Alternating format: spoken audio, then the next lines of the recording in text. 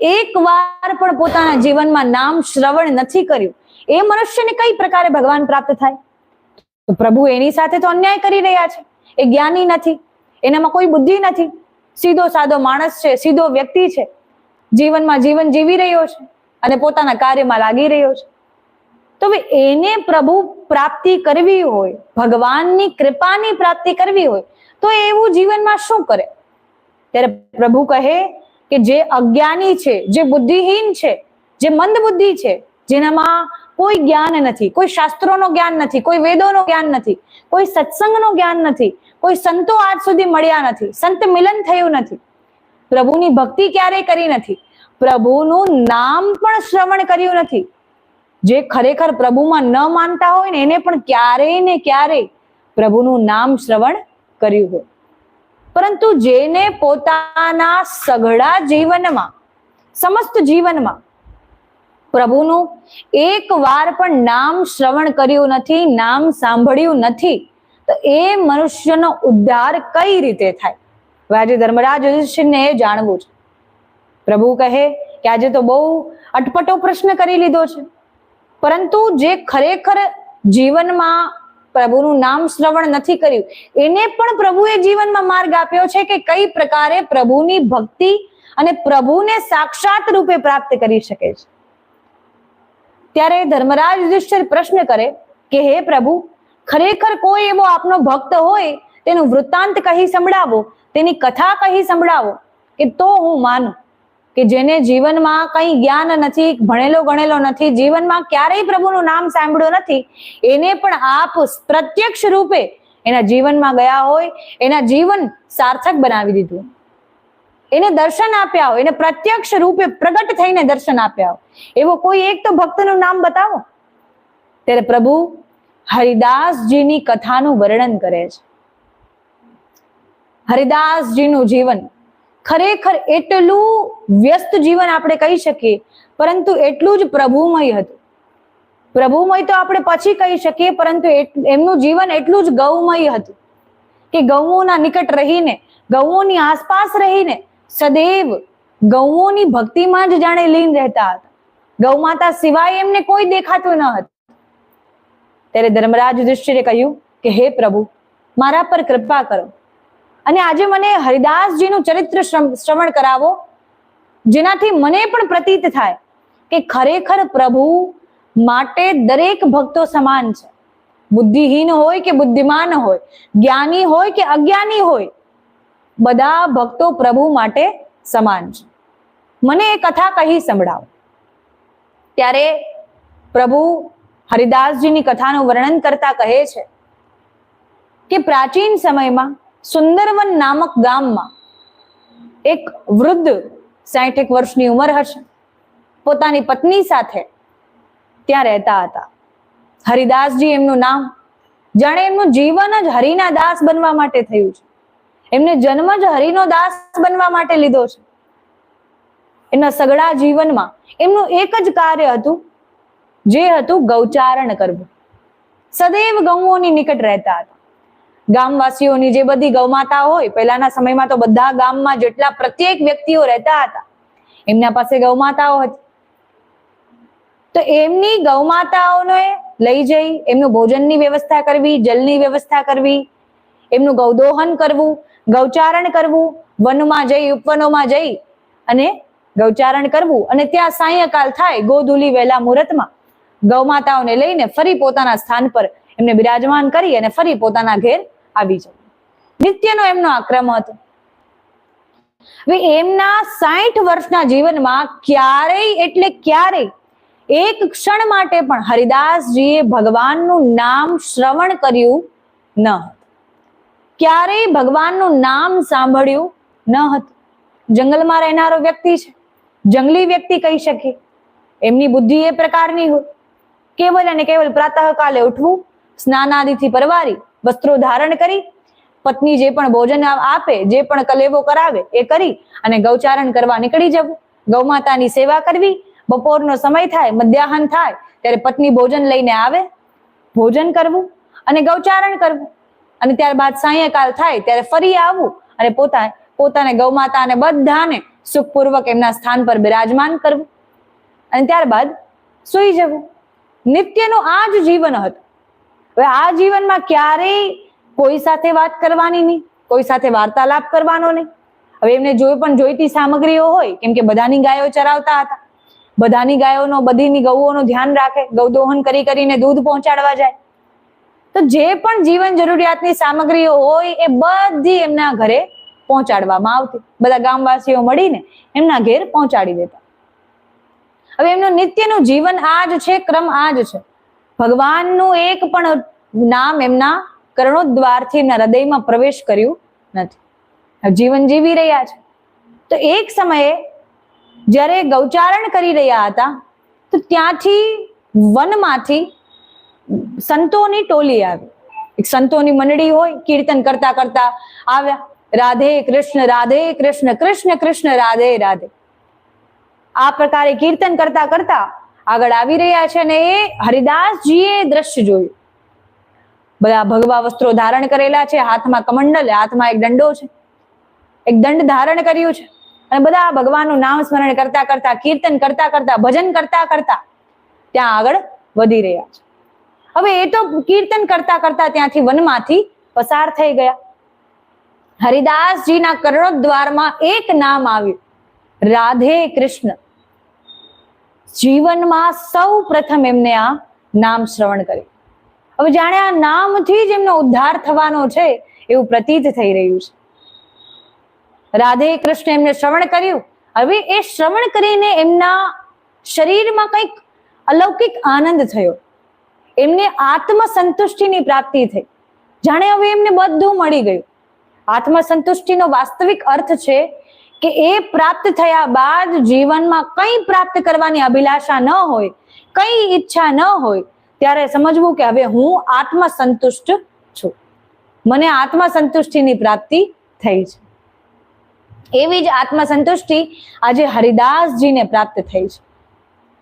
હરિદાસજીએ એ આત્મસંતુષ્ટિની પ્રાપ્તિ કરી અને ત્યારબાદ એમને નામ શ્રવણમાં એટલો આનંદ આવ્યો, એટલી અલૌકિકતા પ્રાપ્ત થઈ કે હવે નિત્ય એ નામ શ્રવણ કરી રહ્યા છે. રાધે કૃષ્ણ રાધે કૃષ્ણ રાધે કૃષ્ણ રાધે કૃષ્ણ. પ્રતિદિન પ્રાતઃકાલથી જાગે, મનમાં પ્રભુનું સ્મરણ કરવા લાગે. હવે એમને ખબર નથી આનાથી શું પ્રાપ્ત થશે. કેવલ શ્રવણ કરી રહ્યા છે, સ્મરણ કરી રહ્યા છે, સ્મરણ ભક્તિ કરી રહ્યા છે. તો એક સમયે જ્યારે ગૌચારણ કરી રહ્યા હતા ત્યારે રાધે કૃષ્ણ રાધે કૃષ્ણ રાધે કૃષ્ણનો જાપ કરી રહ્યા છે, નામ કરી રહ્યા છે. અને ત્યારે ગામવાસીઓ એમનો ઉપહાસ કરી રહ્યા છે. એનો ઉપહાસ કરે કે અરે બાબાજી, આપે તો જીવનભર ક્યારેય પુણ્ય કર્યું નથી, કોઈ દાન ધર્મ કર્યું નથી, કોઈ એવું પુણ્યનું કર્મ કર્યું નથી, તો કેવલ અને કેવલ આ નામ લેવા માત્રથી શું મળી જવાનું છે?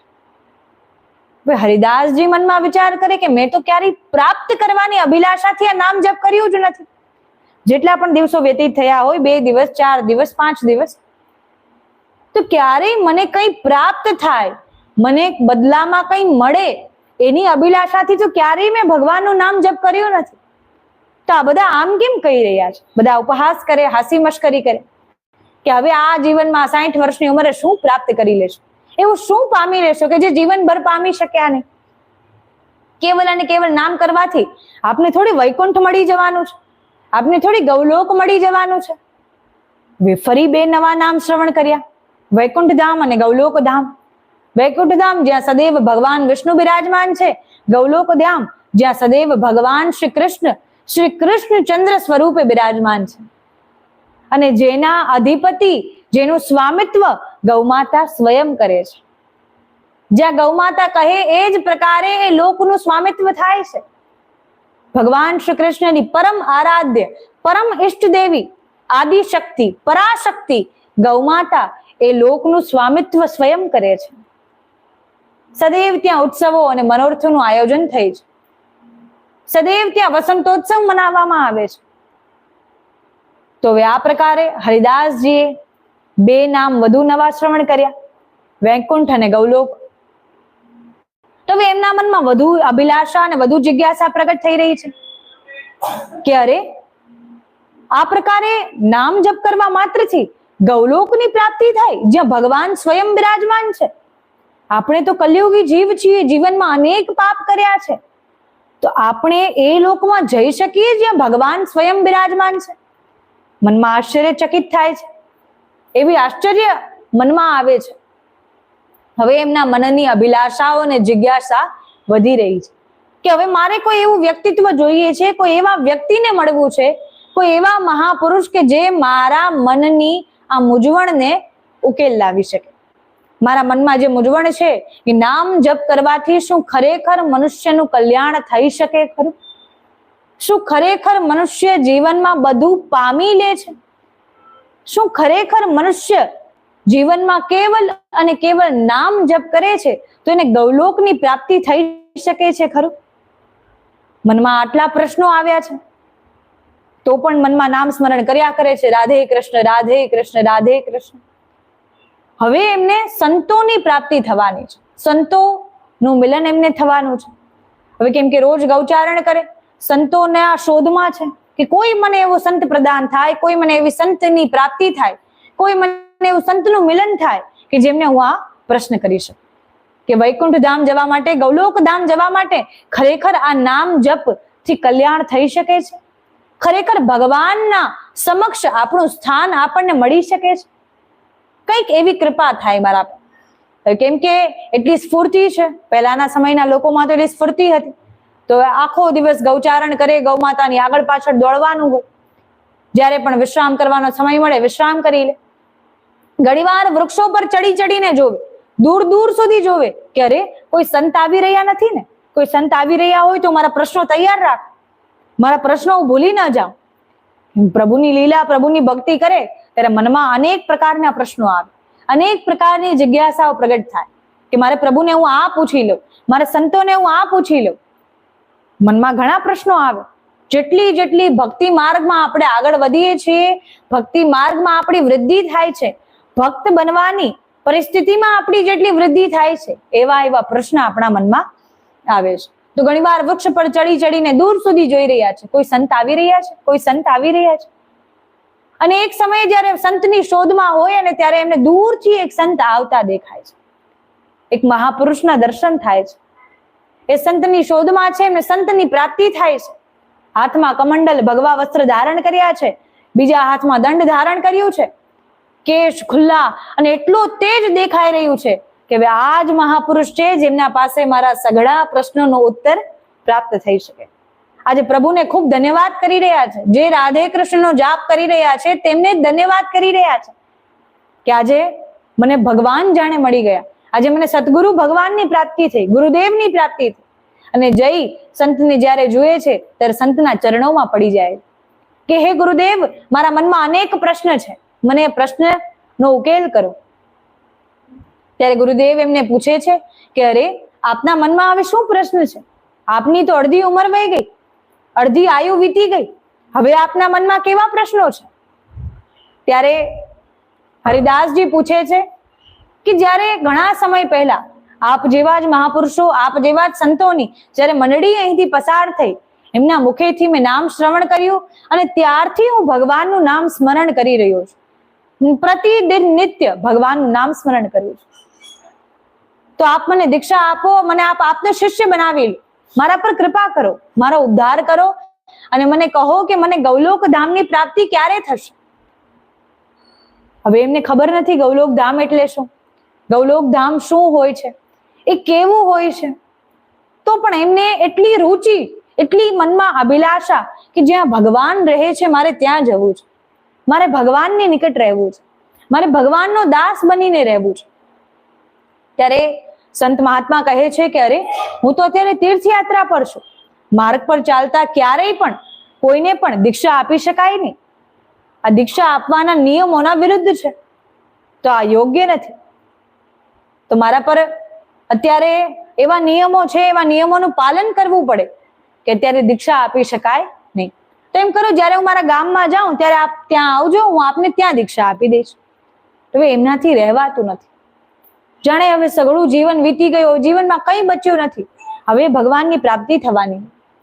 એમના મનમાં એટલો વિરહ પ્રગટ થઈ રહ્યો છે કે આજ સુધી હું ક્યાં હતો, મને આ નામ મળ્યું, મને આ જપ મળ્યું, મને આ નામની શક્તિ શું છે તેની અનુભૂતિ થઈ છે. એટલો વિરહ મનમાં, એટલો તાપ પ્રગટ થઈ રહ્યો છે કે હે પ્રભુ, હવે મને કોઈક એવો માર્ગ બતાવો. એ સંત ત્યાંથી આગળ ચાલ્યા ગયા. હવે નિત્ય ભગવાનની શોધમાં, સંતની શોધમાં છે, ગૌચારણ કરે છે, ગૌ માતાને પણ પ્રાર્થના કરે છે કે હે ગૌ માતા, પ્રભુ તો સદૈવ આપના નિકટ હોય છે, પ્રભુ તો સદૈવ જ્યાં હોય છે ત્યાં આપ બિરાજમાન હો છો, તો મારા પર કૃપા કરો અને મને સંતની પ્રાપ્તિ થાય, સંતની કૃપા પ્રાપ્ત થાય એવો મારા પર કૃપા કરો, તો એવી મારી મનોકામના પૂર્ણ કરો. ભગવાનને નિત્ય એવી પ્રાર્થના કરે, સંતોને નિત્ય એવી પ્રાર્થના કરે. અને ત્યારે નિત્ય સંતની શોધમાં છે ત્યારે ભગવાન પણ વિચાર કરે કે હવે આ હરિદાસજીના જીવનમાં આવવું પડશે. જ્યારે ભક્તની ભક્તિ એટલી હોય છે ત્યારે ભગવાન પણ એમની દરેક વાત માનવા લાગી જાય છે. ભગવાન દરેક ભક્તને, ભગવાન પાસે બે વિકલ્પો હોય છે. જ્યારે પણ ભક્ત ભક્તિ કરવા લાગે છે ત્યારે ભગવાન પાસે બે વિકલ્પો હોય છે. અને ત્યારે ભગવાન ભક્તને કહે છે, ત્યારે ભક્ત બને તો ભક્ત ભગવાનને પ્રશ્ન કરે કે પ્રભુ, હવે હું શું કરું, હવે મારું કર્તવ્ય શું છે? ત્યારે પ્રભુ કહે કે નાચવા ઈચ્છો છો કે નચાવા ઈચ્છો છો? અગર યદિ નાચવા ઈચ્છો છો તો માયાનું ચયન કરો, અને યદિ નચાવવા ઈચ્છો છો તો ભક્તિનું ચયન કરો. ભક્તિથી પ્રભુ આપણી દરેક વાત માની જાય છે. જ્યારે જ્યારે જીવનમાં ભક્તિ હોય છે ત્યારે ત્યારે જીવનમાં સઘળું મનોકામનાઓ પૂર્ણ થાય છે, સઘળી ઈચ્છાઓ પૂર્ણ થાય છે. અને ભક્તિથી ભગવાનને પણ ભક્ત પોતાના વશમાં કરી શકે છે. ભગવાનને પોતાના વશમાં કરવા હોય તો એનો એકમાત્ર મંત્ર છે ભક્તિ કરવી. ભક્તિનો અર્થ છે સમર્પણ. એવું સમર્પણ કે સમર્પણ કર્યા બાદ જીવનમાં કોઈ શંકાઓ ન રહે, કોઈ આશંકાઓ ન રહે, કોઈ સંદેહ ન રહે. જીવનમાં જે પણ ચાલી રહ્યું છે પ્રભુ ચલાવી રહ્યા છે. દુઃખ આવી રહ્યા છે તો પણ પ્રભુ એ દુઃખ સાથે લડવાની શક્તિ પ્રદાન કરી રહ્યા છે. સુખ આવી રહ્યા છે તો મનમાં એવો બોધ કરાવી રહ્યા છે કે આ સુખ સ્થાયી નથી. સુખ અને દુઃખ તો આવતા જતા રહેવાના છે. તો જ્યારે સુખમાં આપણે ભગવાનનું સ્મરણ કરીએ છીએ, પરંતુ મનુષ્ય સુખમાં ભગવાનનું વિસ્મરણ કરી જાય છે. જબકી એને સ્મરણ કરવું જોઈએ, પરંતુ એ ભગવાનને ભૂલી જાય છે. સુખમાં એટલો ભોગ ભોગવવામાં, આનંદમાં હોય, એટલો સુખમાં હોય કે ભૂલી જાય છે કે મારે પ્રભુની કૃપાથી જ મારા જીવનમાં સુખ પ્રદાન થયું છે. પ્રભુની કૃપા આજે મારા પર થઈ ત્યારે મને પ્રભુએ સુખ આપ્યું છે. અને જેને સુખ આપ્યું છે મનુષ્ય એનો ધન્યવાદ કરતા પણ ભૂલી જાય, એટલો સુખના આનંદમાં હોય છે. અને દુઃખ આવે ત્યારે નિરંતર પ્રભુને યાદ કરે છે, નિરંતર પ્રભુનું સ્મરણ કરે છે. પ્રભુ પણ ત્યારે હાસ્ય વિનોદ કરે છે કે દુઃખમાં મારી યાદ આવે અને સુખ જ્યારે હું આપું ત્યારે તું મને ભૂલી જાય છે. તો પ્રભુ પણ એ જ ઈચ્છે ને કે હું આને દુઃખ જ આપું, મને યાદ તો કરે છે. તો સદૈવ મનુષ્ય સુખમાં પણ પ્રભુને યાદ કરવા જોઈએ. તો અહીંયા હરિદાસજી નિરંતર પ્રભુનું સ્મરણ કરી રહ્યા છે, નિરંતર પ્રભુનું નામ જપ કરી રહ્યા છે અને સંતોની શોધમાં છે. તો હવે સાક્ષાત ભગવાન સંતનું રૂપ ધારણ કરીને હરિદાસજીના સામે આવીને ઉભા રહી જાય છે. હરિદાસજી પોતાના પ્રત્યક્ષ સંતને જુએ છે અને ફરી એમના ચરણોમાં પડી જાય છે અને એમને કહે છે કે હે ગુરુદેવ ભગવાન, મારો ઉદ્ધાર કરો, મને એવો કંઈક કૃપા કરો, મારા પર એવી કૃપા કરો કે મને ગૌલોક ધામની પ્રાપ્તિ થાય.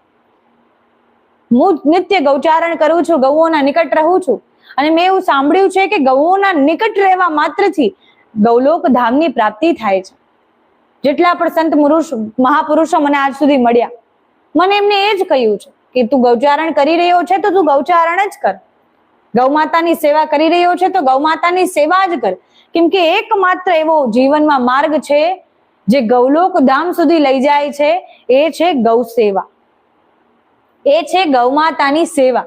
ગૌમાતાની સેવા કરવા માત્રથી, ગૌમાતાનું નામ સ્મરણ કરવા માત્રથી ગૌલોકના દ્વાર મનુષ્ય માટે ખુલી જાય છે.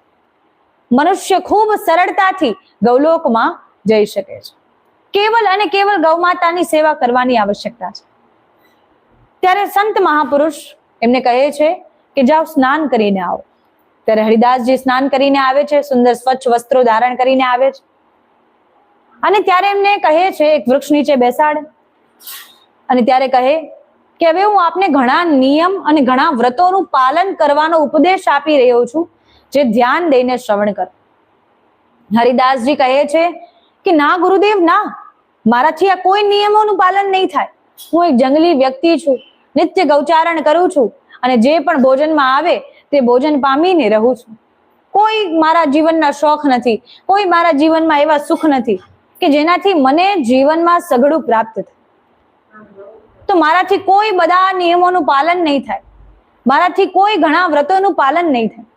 હા, પરંતુ મને એક વ્રત એવું પ્રદાન કરો, એક નિયમ એવો કહો, એ નિયમનું પાલન હું એ પ્રકારે કરીશ કે મારા પ્રાણ વયા જશે, પરંતુ એ નિયમોનું ક્યારેય ઉલ્લંઘન કરીશ નહીં.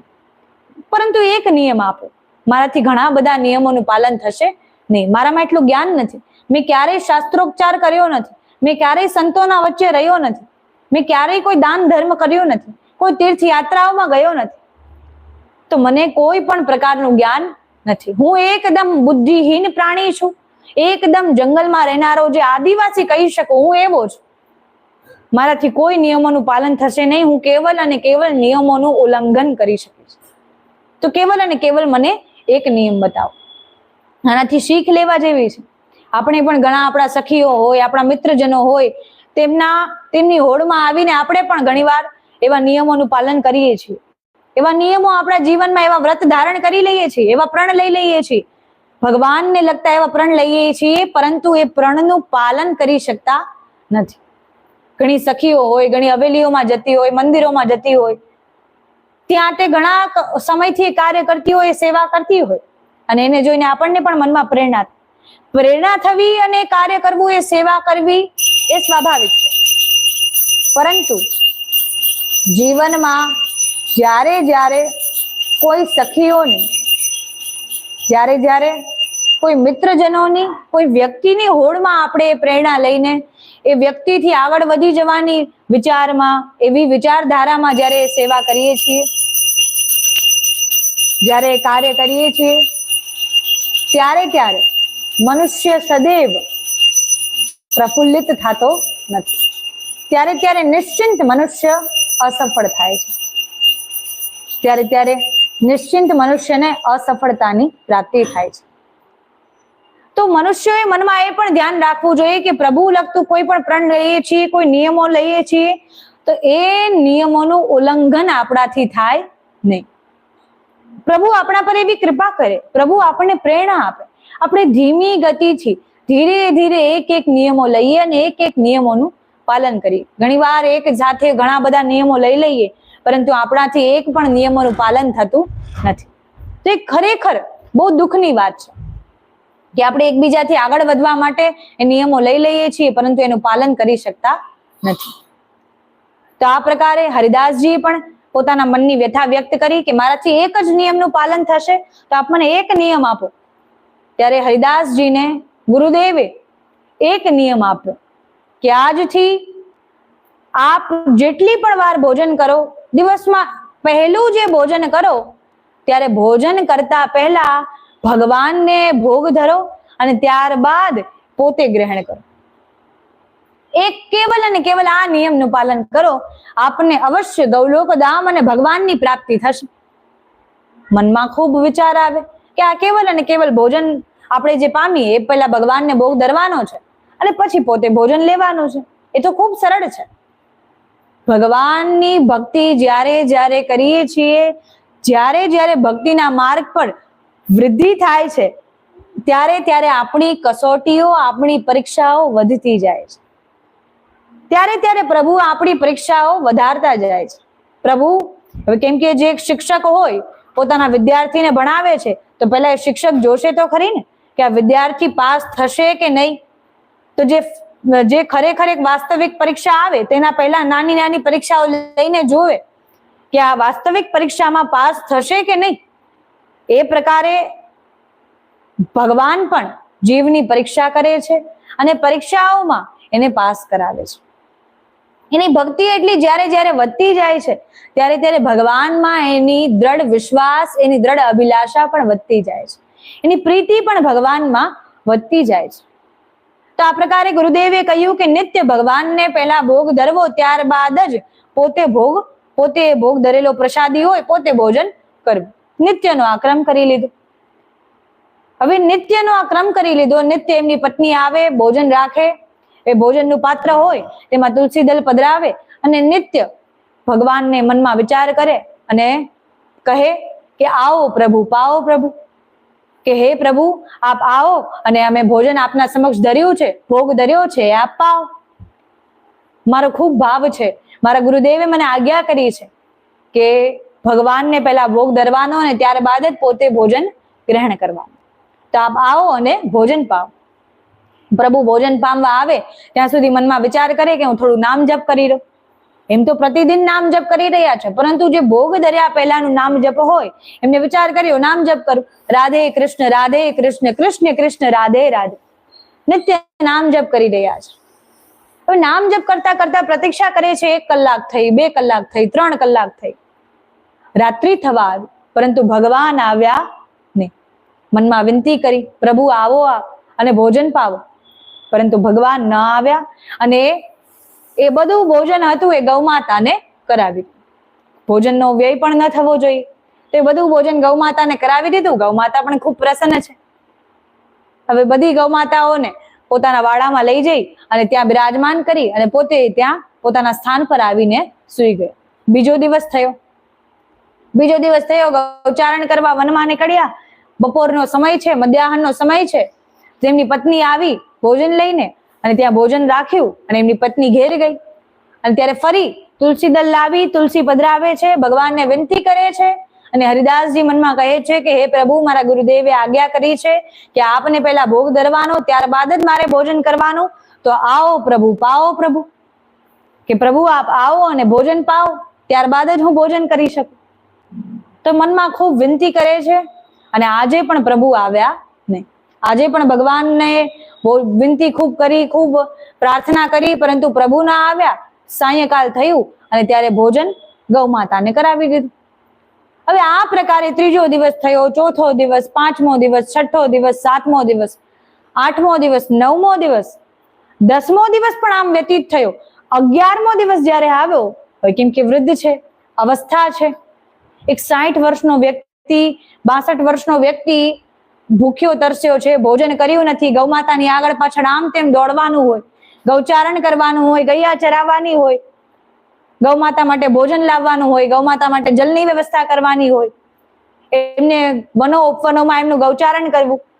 હવે એક વૃદ્ધ વ્યક્તિ ક્યાં સુધી સહન કરી શકે? એમને ભૂખની પીડા થઈ રહી છે. તો સદૈવ મનમાં રાખવું કે ભોજન શરીરને જોઈએ છે, ભોજન ક્યારેય આત્માને જોતું નથી.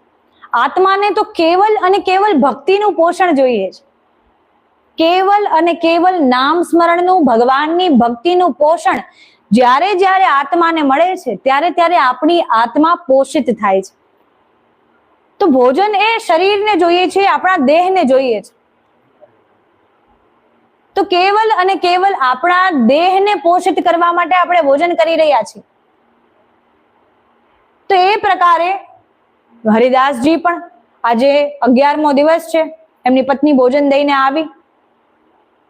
એમની પત્ની ભોજન આપી ગઈ, મનમાં પ્રાર્થના કરે કે હે પ્રભુ આપ આવો અને ભોજન પાવો, આપને ભોગ ધરું અને ત્યારબાદ હું ભોજન કરું. તો મનમાં એવો ભાવ કરે. આજે 11મો દિવસ છે, આજે પણ પ્રભુ આવ્યા નથી. પ્રભુ ભક્તિ કરે છે તો પ્રભુ ભક્તિની પરીક્ષા તો લેવાના જ છે. તો આજે પણ પ્રભુ ખૂબ વિનંતી કરી, ખૂબ પ્રાર્થના કરી, આજે પણ એ બધું ભોજન હતું એ ગૌમાતાને કરાવી દીધું. હવે જયારે 12મો દિવસ થયો, 13મો દિવસ થયો, 14મો દિવસ થયો, આ પ્રકારે કરતા કરતા 25મો દિવસ આવી ગયો અને 25 દિવસ થયા. આજે હરિદાસજીએ ભોજન કર્યું નથી, અન્નનો એક દાણો પણ મુખમાં મળ્યો નથી. અને એટલું એમનામાં તેજ છે અને એમનું તેજ વધતું જાય છે. લૌકિક મનુષ્યો આ વાત સાંભળે, કલયુગી જીવો જયારે આ વાત શ્રવણ કરે ત્યારે એમના મનમાં વિચાર આવે કે અરે ભોજન કર્યું નથી, અન્નનો એક દાણો પણ મુખમાં મૂક્યો નથી, પરંતુ એમનું તેજ ઘટવાને બદલે વધતું કઈ રીતે જાય છે? એમનામાં તેજ છે ભક્તિનું તેજ, હરિદાસજીમાં તેજ છે ગૌસેવાનું તેજ, ગૌમાતાના સ્મરણનું તેજ, ગૌમાતાની ભક્તિનું તેજ એમનામાં હતું. જ્યારે જ્યારે ગૌમાતાના નિકટ રહે છે જીવ, ત્યારે ત્યારે ગૌમાતાની ભક્તિની અનુભૂતિ કરે છે, પ્રભુના નિકટ રહેવાની અનુભૂતિ કરે છે. તો એમનામાં તેજ દિવસે દિવસે વધતું જાય છે. ખૂબ પીડા થઈ રહી છે, શરીરની પીડા થઈ રહી છે, આત્માની પીડા થઈ રહી નથી. આત્મા તો પોષિત થઈ રહી છે, અનેકો જન્મોના પાપ નષ્ટ થઈ રહ્યા છે. હસ્તોથી પાપ થયા હોય, શરીરથી પાપ થયા હોય, વાણીથી પાપ થયા હોય, નેત્રોથી પાપ થયા હોય, કર્ણોથી પાપ થયા હોય, એ બધા પાપ નષ્ટ થઈ રહ્યા છે. થોડી પીડા થઈ રહી છે, થોડું એવી પીડા, એવું દુઃખ થઈ રહ્યું છે, એવી કષ્ટી પહોંચી રહી છે, પરંતુ જે એવી નિષ્ઠા જ્યારે મનુષ્યમાં હોય ત્યારે કોઈ પણ માયાનો બાણ એ નિષ્ઠાને ભેદી શકતું નથી, એ નિષ્ઠાનું ભેદન કરી શકતું નથી, કેમ કે એમનામાં પ્રભુની ભક્તિની નિષ્ઠા છે.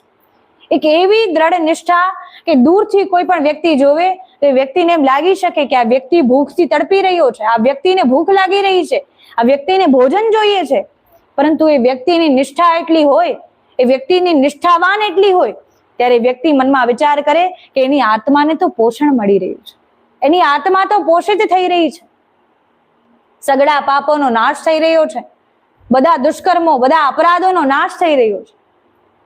હવે 25 દિવસ તો શું, મનુષ્ય 25 જન્મો સુધી વિના અન્ન વિના જલ રહી શકે છે. કેવલ અને કેવલ પ્રભુની ભક્તિમાં એટલી દ્રઢતા હોવી જોઈએ, એટલી વિનમ્રતા, એટલું જ્ઞાન, પ્રભુની ભક્તિનું જ્ઞાન, પ્રભુની અલૌકિકતાનું જ્ઞાન એટલું હોવું જોઈએ કે પ્રભુ પ્રત્યેથી આપણને આત્મબળ મળી રહ્યું છે એનું જ્ઞાન જ્યારે મનુષ્યને થઈ જાય છે, ત્યારે મનુષ્યના દેહને ભોજનની આવશ્યકતા રહેતી નથી. તો એવું જ કંઈક હરિદાસજી સાથે થઈ રહ્યું છે. આજે 25મો દિવસ છે, એમની પત્ની ભોજન આપવા આવી છે, એમની પત્ની એમને પૂછી રહી છે કે આપને કોઈ રોગ થઈ રહ્યો છે, આપને કોઈ બીમારી થઈ રહી છે? હું નિત્ય આપને ભોજન આપવા આવું છું, પરંતુ આપનું શરીર એટલું દુર્બળ બની ગયું છે કે આપે કેટલા દિવસથી જાણે ભોજન ન કર્યું હોય એવું પ્રતીત થઈ રહ્યું છે. મને આપને જોઈને ખૂબ કષ્ટ પહોંચી રહ્યો છે, ખૂબ મને દુઃખ થઈ રહ્યું છે, અને મારું કર્તવ્ય છે, મારો ધર્મ છે કે આપની સેવા કરવી. તો આજે તો આપ કહો તો પણ હું અહીંથી ન જાઉં. આજે હું આપની સેવામાં રહું છું, કે મને આપની સેવા કરવાનો અવસર આપો, અથવા આપ ઘેર ચાલો અને ઘરે આવીને વિશ્રામ કરો. આપનું શરીર ખૂબ દુર્બળ લાગી રહ્યું છે. ત્યારે એમને કહ્યું કે આજે આપ ઘર ચાલ્યા જાઓ, એવું હોય તો આપ કાલે અહીંયા રહેજો. જાણે એમને પ્રતીત થઈ ગયું છે કે આજે મારો અંતિમ દિન છે, મારી પત્ની મને મારી મૃત્યુ સુધી મને નહીં જોઈ શકે, મારી પત્ની મને એના પ્રત્યક્ષ મરતા જોઈ શકશે નહીં. એટલી દુર્બળતા શરીરમાં છે, એમનાથી ઊભું પણ થવાતું નથી. ત્યાં ને ત્યાં વૃક્ષના નીચે લેટેલા છે અને બધી ગૌમાતાઓથી ક્ષમા માંગી રહ્યા છે કે મને ક્ષમા કરો, હું આપના માટે ભોજન પણ લેવા જઈ શકતો નથી, એટલો દુર્બળ બની ગયો છું, મારા શરીરમાં એટલી શક્તિ રહી નથી. મારી આત્મા ઈચ્છે છે કે હું આપની સેવા કરું, પરંતુ મારા શરીરમાં શક્તિ બચી નથી. ત્યાં સુતા સુતા જ લેટેલા છે અને ગૌમાતાને પ્રાર્થના કરી રહ્યા છે, એમનાથી ક્ષમા માંગી રહ્યા છે કે મારા પર કૃપા કરો, મારા પર આપની અમી વર્ષા વરસાવો. અને ત્યારે પત્નીને સંકેત આપી અને કહે છે કે આજે આપ ઘેર ચાલ્યા જાઓ, કાલે આપ જે કહેશો હોય હું કરીશ. કાલે આપ કહેશો ઘરે ચાલો તો હું ઘેર ચાલીશ, અને આપ કહેશો અહીંયા રહો તો હું આપને અહીંયા પણ રહેવા દઈશ, પરંતુ આજે આપ ઘેર ચાલ્યા જાઓ. પોતાની પત્નીને એવી પ્રાર્થના કરે. એમની પત્ની ખૂબ દુઃખી થતી પીડા સહન કરતી કે મારા પતિને ખૂબ પીડા થઈ રહી છે, મારો ધર્મ છે, મારું કર્તવ્ય છે હું એમની સેવા કરું, પરંતુ એમની સેવા કરી શકતી નથી. એમની પત્ની પણ ખૂબ ધર્મ સંકટમાં છે અને એમની પત્ની ઘેર ચાલી ગઈ. હવે આ ભોજનનો સમય થયો છે, ભગવાનને ભોગ ધરે છે અને આજે એમનાથી બોલાતું પણ નથી, એટલી દુર્બળતા એમના શરીરમાં છે, પરંતુ એમનું શરીર જાણે ધ્રુજી રહ્યું છે. આજે એમનાથી મુખમાંથી એક શબ્દ નીકળતા નથી, આજે એમની વાણી નીકળતી નથી, અને અંતઃકરણથી ભગવાનને પ્રાર્થના કરે છે કે આવો પ્રભુ, પાવો પ્રભુ, કે હે પ્રભુ આપ અહીં પ્રગટ થાઓ અને ભોજન પાવો. ભોગ આપને હું ધરું છું, એ ભોગને આરોગો, ત્યારબાદ હું ભોજન કરું. હવે આજે તો જાણે મારા જીવનનો અંતિમ દિન છે, આજે આપ આવો અને ભોજન પાવો, અથવા મને લઈ જાઓ અને હું આપને ભોજન પવાવું. હું આજે આપને ભોજન આરોગાવું. બે વિકલ્પો આપની પાસે છે. આપની જે ઈચ્છા હશે એ થશે. મનમાં ખૂબ તાપ પ્રગટ થઈ રહ્યો છે, પ્રભુથી દૂર રહેવાનો ખૂબ વિરહ પ્રગટ થઈ રહ્યો છે. જાણે ભૂખથી એમને અંતઃ શુદ્ધિ થઈ હોય, એમની બાહ્ય શુદ્ધિ થઈ હોય, એમના સમસ્ત પાપોનો નાશ થયો, એમના સ્વરૂપનું એમને ભાન થયું, અને ભગવાનથી દૂર રહેવાના એ 60 વર્ષ એમને પોતાના પ્રત્યક્ષ દેખાઈ રહ્યા છે કે હું તો કેટલો બુદ્ધિહીન પ્રાણી છું કે 60 વર્ષ મારા જીવનના વીતી ગયા, પરંતુ મેં ભગવાનનું નામ સ્મરણ એક ક્ષણ માટે પણ કર્યું નહીં. ધિક્કાર છે મારા મનુષ્ય હોવા પર. મનુષ્ય તો ભગવાનની ભક્તિ કરી શકે છે. પ્રાણી હોય, કૂતરા બિલાડાનો જન્મ મળ્યો હોય તો ચલો ભગવાનની ભક્તિ ન કરી શકે. આપણે મનમાં એવો વિચાર કરીએ, એક એવો વિકલ્પ લઈએ, પરંતુ હું તો મનુષ્ય છું, હું તો નેત્રોથી ભગવાનના દર્શન કરી શકું, કર્ણોદ્વારથી ભગવાનનો સત્સંગ શ્રવણ કરી શકું, ભગવાનને પોતાના પ્રત્યક્ષ દર્શન કરી શકું છું, પોતાના મુખેથી ભગવાનનું નામ સ્મરણ કરી શકું છું. ધિક્કાર છે મારા મનુષ્ય હોવા પર કે મારું સગડું મનુષ્ય જીવન વેડફી નાખ્યું છે. ખૂબ વિરહ પ્રગટ કરી રહ્યા છે. કેટલા વર્ષો સુધી હું મારા પ્રભુથી દૂર રહ્યો છું. મારા પ્રભુ મને ક્યારે પ્રાપ્ત થાય, મારા પ્રભુની મને ક્યારે પ્રાપ્તિ થાય. ખૂબ તાપ ક્લેશ પ્રગટ થઈ રહ્યો છે. અને જ્યારે જ્યારે મનુષ્યની આસક્તિ પ્રભુમાં થાય છે, જ્યારે જ્યારે મનુષ્યને પ્રભુ સિવાય કોઈ દેખાતું નથી, પ્રભુ ભક્તિ સિવાય કંઈ દેખાતું નથી, ત્યારે ત્યારે મનુષ્ય સાક્ષાત પ્રભુને પામી લે છે. જ્યારે જ્યારે જીવ એક ભક્ત બને છે, ત્યારે ત્યારે ભક્ત સગળું જીવનમાં પામી લે છે. અને આ હરિદાસજી તો ભક્તની સાથે સાથે ગૌભક્ત હતા. પહેલા એમના જીવનનું પ્રારંભ થયું ગૌભક્ત બનવાથી, ત્યારબાદ એ પ્રભુ ભક્તિમાં લીન થયા. ગૌ માતાની સેવા કરવા માત્રથી એમને નામ સ્મરણની પ્રાપ્તિ થઈ, નામ સ્મરણથી એમને ગુરુદેવની પ્રાપ્તિ થઈ, અને આજે ગુરુદેવની કૃપાથી એમને પ્રભુની ભક્તિ પ્રાપ્તિ થઈ છે. પ્રભુની એવી ભક્તિ કે ભક્તિમાં એમને આસક્તિ થઈ રહી છે. એ આસક્તિ એ પ્રભુ ભક્તિનું અંતિમ ચરણ છે. પ્રભુમાં પ્રેમ થવો, પ્રભુમાં વિરહ થવો, પ્રભુમાં તાપ પ્રગટ થવો એ પ્રભુ ભક્તિનું અંતિમ ચરણ છે. આજે એમને બધી અનુભૂતિ થઈ રહી છે. એનું સગળું જીવન એમના સમક્ષ દેખાઈ રહ્યું છે. મનમાં પ્રભુને પ્રાર્થના કરે કે આજે પ્રભુ આવો અને ભોગ અરોગ. આજે મને ખબર છે આજે મારો અંતિમ દિન છે. અને ત્યાં નેત્રો બંધ હોય, એમના નેત્રો પણ ઉઘડતા નથી. નેત્રો બંધ હોય, નેત્રોથી અશ્રુઓની ધારા વહી રહી છે, વિરહમાં તાપમાં છે.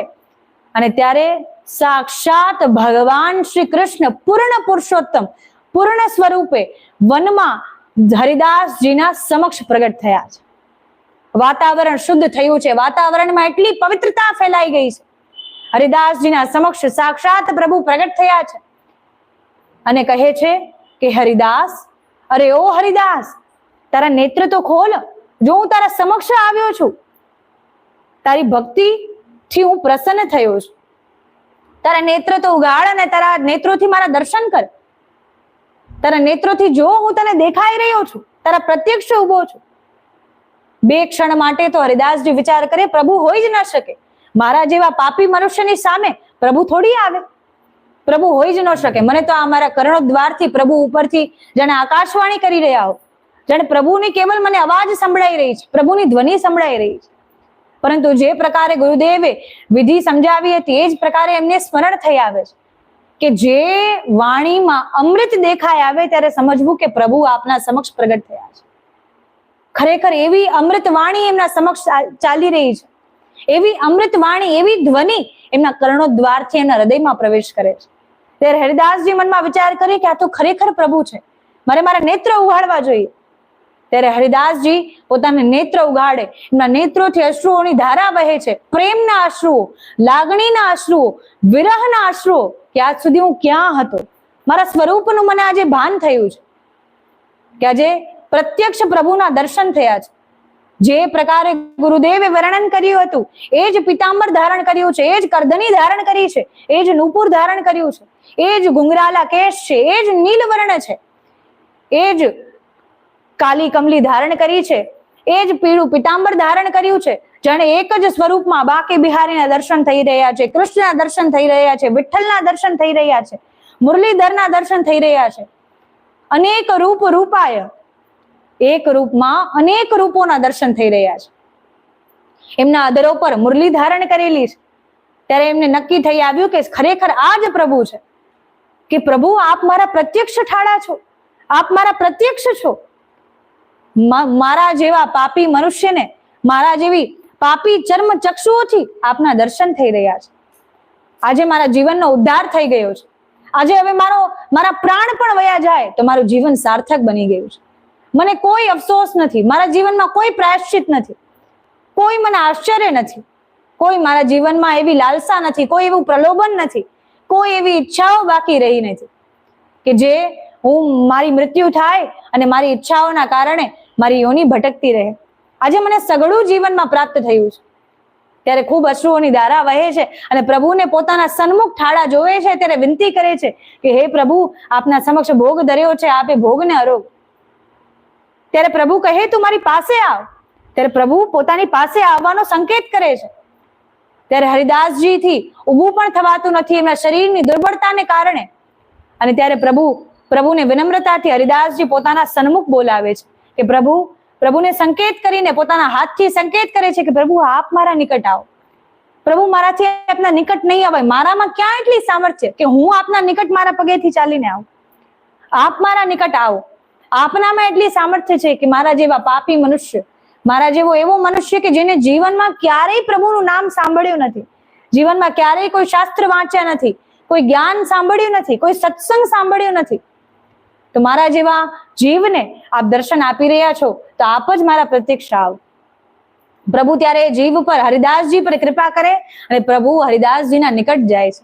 પ્રભુ હરિદાસજીના મુખ પર હાથ ફેરવે છે કે અરે હરિદાસજી, આપે તો આપના જીવનમાં એવી સેવા કરી છે જે કે કોઈ ભક્તે એ સેવાથી પ્રારંભ કર્યું નથી. બધા જીવો સત્સંગથી પ્રારંભ કરે, કીર્તનથી પ્રારંભ કરે, નામ સ્મરણથી પ્રારંભ કરે, પરંતુ આપે તો આપનું જીવન જ ગૌ માતાથી પ્રારંભ કર્યું છે. આપનું જીવન જ મારી પરમ આરાધ્ય, કે જે મારી પરમ આરાધ્ય છે, ગાવો વિશ્વસ્ય માતરઃ, સમસ્ત વિશ્વની જે માતા છે, એ ગૌ માતાથી આપે આપનું જીવન પ્રારંભ કર્યું છે. તો ખરેખર એ ખૂબ પ્રસન્નતાની વાત છે. અને એ જ ગૌ સેવાના પ્રભાવથી, એ જ ગૌચારણનો પ્રભાવ એવો છે કે આજે મારે પૃથ્વી પર અવતરિત થવું પડ્યું. આજે મારે આપને દર્શન આપવા આવવું જ પડ્યું. આપની ભક્તિ એટલી છે કે આપણે જ્યારે ગૌ માતાના કરણોમાં આપણી ઈચ્છાઓ કહીએ છીએ ત્યારે પ્રભુ સુધી એ ઈચ્છાઓ પહોંચે છે, ત્યારે પ્રભુ એ ઈચ્છાઓને શ્રવણ કરે છે. તો એ જ પ્રકારે જાણે હરિદાસજીએ પોતાના સંપૂર્ણ જીવન ગૌ માતાના જ ઇર્દ ગિર્દ રાખ્યું. એમના સંપૂર્ણ દિનચર્યામાં ગૌ માતાની જ દિનચર્યા હતી. ત્યારે એમને એ વાતની અનુભૂતિ થઈ કે ગૌ માતાની સેવા કરવા માત્રથી આજે મને પ્રભુનું નામ સ્મરણ પ્રાપ્ત થયું, સંતોનું મિલન થયું, મને જ્ઞાનની પ્રાપ્તિ થઈ, મને એવા સત્સંગોની પ્રાપ્તિ થઈ અને આજે મને સાક્ષાત પ્રભુની પ્રાપ્તિ થઈ છે. ખરેખર હું ખૂબ કૃપા ભાગ્ય છું. મારા કયા એવા જન્મોના ભાગ્ય છે કે જે આજે મને પ્રભુ પ્રાપ્ત થયા. ત્યારે પ્રભુ એમને સાક્ષાત કહે છે કે આજે ગૌ સેવાના પ્રભાવથી જ આજે આપની ભક્તિ મને આપના સુધી ખેંચી લાવી છે. આપની ભક્તિથી હું એટલો આકર્ષિત થયો છું. સમસ્ત દેવતાઓ હરિદાસજીની ભક્તિથી આકર્ષિત થયા છે. આ કોઈ કાલ્પનિક ઘટના નથી, આ કોઈ કાલ્પનિક વાર્તાઓ નથી, આ ખરેખર એ ભક્તોના જીવનમાં બનેલા પ્રસંગો છે કે ભક્તોએ પ્રભુની ભક્તિ કરી, એ પહેલા જ ગૌ માતાની ભક્તિ કરી અને સાક્ષાત પ્રભુને પ્રાપ્ત કર્યા. ત્યારબાદ પ્રભુ સ્વયં એ ભોગ આરોગે છે અને પોતાના જ શ્રી હસ્તોથી એ ભોગને, એ પ્રસાદી ભોજનને હરિદાસજીને ભોજન કરાવે છે. પોતાના શ્રી હસ્તોથી ભોજન કરાવે છે. હવે એ 25 દિવસો કોને દેખાય? અગર આપને જાણ થાય કે આ 25 દિવસો અન્ન જલ લીધા વગર એ 25મા દિવસે પ્રભુ સાક્ષાત રૂપે આપને દર્શન આપશે, આપને પોતાના શ્રી હસ્તોથી ભોજન કરાવશે, તો કોણ 25 દિવસ ભૂખ્યું ન રહી શકે? કેવલ અને કેવલ 25 દિવસોની વાત છે. જે ભક્ત છે એના માટે 25 દિવસો કંઈ નથી. તો ખરેખર જીવન જ્યારે ગૌસેવાના માર્ગ પર ચાલે છે ત્યારે જીવ જીવનમાં સઘળું પામી લે છે. પ્રભુ પ્રાપ્ત કરી લે તો પ્રભુ બાદ તો જીવનમાં શું આશાઓ બચે, શું અભિલાષાઓ રહે? ત્યારે હરિદાસજી તો ખૂબ પ્રસન્ન થઈ રહ્યા છે. એમના આંખોથી, એમના નેત્રોથી અશ્રુઓની ધારા વહી રહી છે. વિરહના નેત્રોથી અશ્રુઓની ધારા વહી રહી છે. એમના નેત્રો બંધ થઈ ગયા છે. એ પ્રભુનું તેજ અસહ્ય છે. પ્રભુના દર્શન કરી શકતા નથી. જ્યારે જ્યારે પ્રભુ એમના નિકટ જાય છે, એમના નેત્રો બંધ થઈ ગયા છે, ત્યારે પ્રભુ એમને ચર્મ ચક્ષુઓના બદલે દિવ્ય ચક્ષુઓ પ્રદાન કરે છે. અને એ દિવ્ય દ્રષ્ટિ પ્રદાન કરે, એ દિવ્ય દ્રષ્ટિને જ્યારે ખોલે ત્યારે દિવ્ય દ્રષ્ટિથી પોતાના પ્રત્યક્ષ પ્રભુના દર્શન કરે છે. ત્યારે પ્રભુ જ્યારે હજી પ્રભુના દર્શન કરીને પોતાની આત્મા પોષિત કરી જ રહ્યા હોય, અને એટલામાં તો પ્રભુ એમને એક કોલ ખવડાવી, એમને ભોજન કરાવી અને ત્યાંથી અંતર્ધાન થઈ જાય છે. હરિદાસજી આસપાસ જોવે છે કે અરે પ્રભુ આપ ક્યાં ગયા? હજી તો આપને જે આપનો ભેટ કરવાનો જે અવસર છે, જે મારું ભાગ્ય છે, એની સરાહના જ કરવાનો હતો. જ્યારે પોતાને જાતને ભાગ્યશાળી જ માનતો હતો, એટલામાં તો આપ અંતર્ધાન થઈ ગયા. કેવલ અને કેવલ એ એક ક્ષણમાં હરિદાસજીએ પોતાના જીવનની અનેક ક્ષણો જાણે જીવી લીધી હોય. જાણે એક ક્ષણમાં હરિદાસજીએ પોતાનું સંપૂર્ણ જીવન જીવી લીધું હોય એવું પ્રતીત થઈ રહ્યું છે. એ જીવનમાં એક ક્ષણ એમને એવી જીવી લીધી કે જીવન જીવવાથી એમને હવે પ્રતીત થઈ ગયું કે હવે મારા પ્રાણ પણ કેમ મારે ત્યાગવા પડે, મારી મૃત્યુ કેમ ના આવી જાય, મારો કાળ મને કેમ ન લેવા આવે. મને હવે કોઈ પ્રકારનો સંશય નથી, મને કોઈ પ્રકારનું મારા જીવનમાં અભિલાષાઓ નથી. હવે મને સઘળું મેં જીવનમાં પ્રાપ્ત કરી લીધું છે. હવે મને એવી આત્મબળ, હવે એવું મનોબળ પ્રાપ્ત થયું છે કે જીવનમાં પ્રભુ ગમે એટલી વિકટ પરિસ્થિતિઓ આપે તો પણ ક્યારેય પ્રભુથી એવી દ્રઢ વિશ્વાસ, એવી દ્રઢ વિચારધારાઓ ન ડગમગે. એવી વિચારધારાઓ ને એટલો વિશ્વાસ મારા જીવનમાં મને પ્રાપ્ત થયો છે કે હજુ પ્રભુ સાથે કોઈ સત્સંગ, કોઈ વાર્તાલાપ, કોઈ એક ક્ષણ એવી વ્યતીત કરવાના જ હતા. હરિદાસજી પોતાના મુખમાંથી કઈ પ્રભુને બોલે, કઈ વાણી પ્રગટ કરે, એ પહેલા જ પ્રભુ ત્યાંથી અંતર્ધાન થઈ ગયો. અને આવા હરિદાસજી પોતાના જીવનમાં જ્યારે પ્રભુને પ્રાપ્ત કરે છે ત્યારે દોડીને ગૌમાતા પાસે જાય છે. ગૌમાતા પાસે દોડતા દોડતા જાય છે અને દૂરથી જોવે છે કે ગૌમાતાઓ તો નૃત્ય કરી રહી છે, કે જાણે આજે ગૌમાતાઓને પણ આ પૃથ્વી પર, આ પૃથ્વીનો ભાર એટલો વધી ગયો હતો, આ પૃથ્વી પર એટલા આસુરી તત્વો વધી ગયા હતા કે ગૌમાતા પણ એમના નિકટ રહીને ખૂબ દુઃખી હતી કે આજે હરિદાસજીના માર્ગ પર ચાલીને, હરિદાસજીથી સેવા પ્રાપ્ત કરીને જાણે ગૌમાતાઓને પણ આજે એમના પ્રભુના દર્શન થયા છે. આજે એ પણ ખૂબ નૃત્ય કરતી, ખૂબ પ્રસન્ન થતી, ખૂબ આનંદ મગ્ન થઈને નૃત્ય કરી રહી છે. અને જ્યારે હરિદાસજી એમના નિકટ પહોંચે ત્યારે ગૌમાતાને ભેટી પડે છે કે ભાઈ ભગવાન તો અમને એક ક્ષણ પ્રાપ્ત થયા, પરંતુ ભગવાને એમનું સ્વરૂપ અર્થાત ગૌમાતા આપણા પ્રત્યક્ષ બિરાજમાન કર્યું છે. આપણા પ્રત્યક્ષ જેને અવતાર ધારણ કર્યો છે, જે સાક્ષાત ભગવાનનું સ્વરૂપ છે, એ ગૌમાતા છે. તો ગૌમાતાને તો હું જ્યારે ઈચ્છું ત્યારે દર્શન કરી શકું છું. હું કેટલો ભાગ્યવાન છું કે ગૌમાતાની સેવા કરીને મને સાક્ષાત પ્રભુની પ્રાપ્તિ થઈ. ત્યારે ગૌમાતાને ભેટીને ગૌમાતાને ખૂબ ધન્યવાદ કરે છે કે આપના લાખ લાખ ધન્યવાદ કે આપે મારો માર્ગ ન ભટકવા દીધો. નહીતર ગામમાં ઘણા લોકો હતા, ઘણા એવા વૃદ્ધ પુરુષો હતા, ઘણા એવા મહાનુભાવો હતા જે ગૌમાતાની સેવા કરી શકત, પરંતુ જે જીવનો ઉદ્ધાર જે માર્ગ પર ચાલીને થવાનો હોય તો એવા મહાપુરુષો આપણને જીવનમાં પ્રાપ્ત થઈ જાય છે કે મહાપુરુષો આપણને એવો માર્ગ બતાવે છે કે તું આ માર્ગ પર ચાલ, તને અવશ્ય ગૌલોક ધામની પ્રાપ્તિ થશે. એ મહાપુરુષો કોઈ પણ હોઈ શકે, આપણી માતા, આપણા પિતા, આપણા ગુરુદેવ, આપણા પ્રભુ, સત્સંગ, એ મહાનુભાવો કોઈ પણ હોઈ શકે. એ સંતો, એ ભગવાન કોઈ પણ રૂપમાં આપણા જીવનમાં આવી શકે. સંતોના રૂપમાં આવી શકે, પિતાના રૂપમાં આવી શકે, માતાના રૂપમાં આવી શકે. અને જે પ્રકારે માતા પિતાની સેવા કરીને મનુષ્ય આશીર્વાદની પ્રાપ્તિ કરે છે, એ જ પ્રકારે સાથે સાથે ગૌમાતાની સેવા કરીને મનુષ્ય કૃપાની પ્રાપ્તિ કરે છે. મનુષ્ય જીવનમાં બધી મનોકામનાઓ પૂર્ણ કરી શકે છે, બધા ભૌતિક સુખ સાધનોની પ્રાપ્તિ કરી શકે છે. એવી કઈ મુશ્કેલી છે, કઈ સમસ્યાઓ છે જે ગૌમાતાની સેવા કરવાથી દૂર થતી નથી. આજ સુધી આપણે ઘણા સ્થાન પર ભટક્યા છીએ, ઘણા પંડિતો પાસે જઈએ છીએ, ઘણા જ્યોતિષો પાસે જઈએ છીએ, મને આ પ્રાપ્ત થઈ જાય, મારી આ મનોકામના પૂર્ણ થઈ જાય, પરંતુ જે સ્થાન પર જવાનું છે તે સ્થાન આપણે વિસ્મરણ કરી જઈએ છીએ. એ સ્થાન છે ગૌમાતા. ગૌમાતા એક સ્થાન છે, દેવતાઓનું રહેવાનું સ્થાન છે, દેવતાઓનું સાક્ષાત રૂપી ઘર છે, દેવતાઓનું ગ્રહ છે કે જ્યાં સદૈવ 33 કોટી દેવતાઓ બિરાજમાન રહે છે, પરંતુ આપણે એ સ્થાનને વિસ્મરણ કરી જઈએ છીએ. એકી સાથે જે સ્થાન પર આપણને 33 કોટી દેવતાઓના દર્શન થઈ શકે એ છે ગૌમાતાનું શ્રીઅંગ, ગૌમાતાના દર્શન કરવા માત્રથી મનુષ્ય 33 કોટી દેવતાઓના દર્શન કરવાનું પુણ્ય પ્રાપ્ત કરે છે. ગૌમાતા એટલી સામર્થ્યવાન છે કે અસંભવથી અસંભવ કાર્ય મનુષ્યના જીવનમાં અટકતા હોય તો એ કાર્યોને સફળ બનાવી શકે છે, એ કાર્યોને સંભવ કરી શકે છે.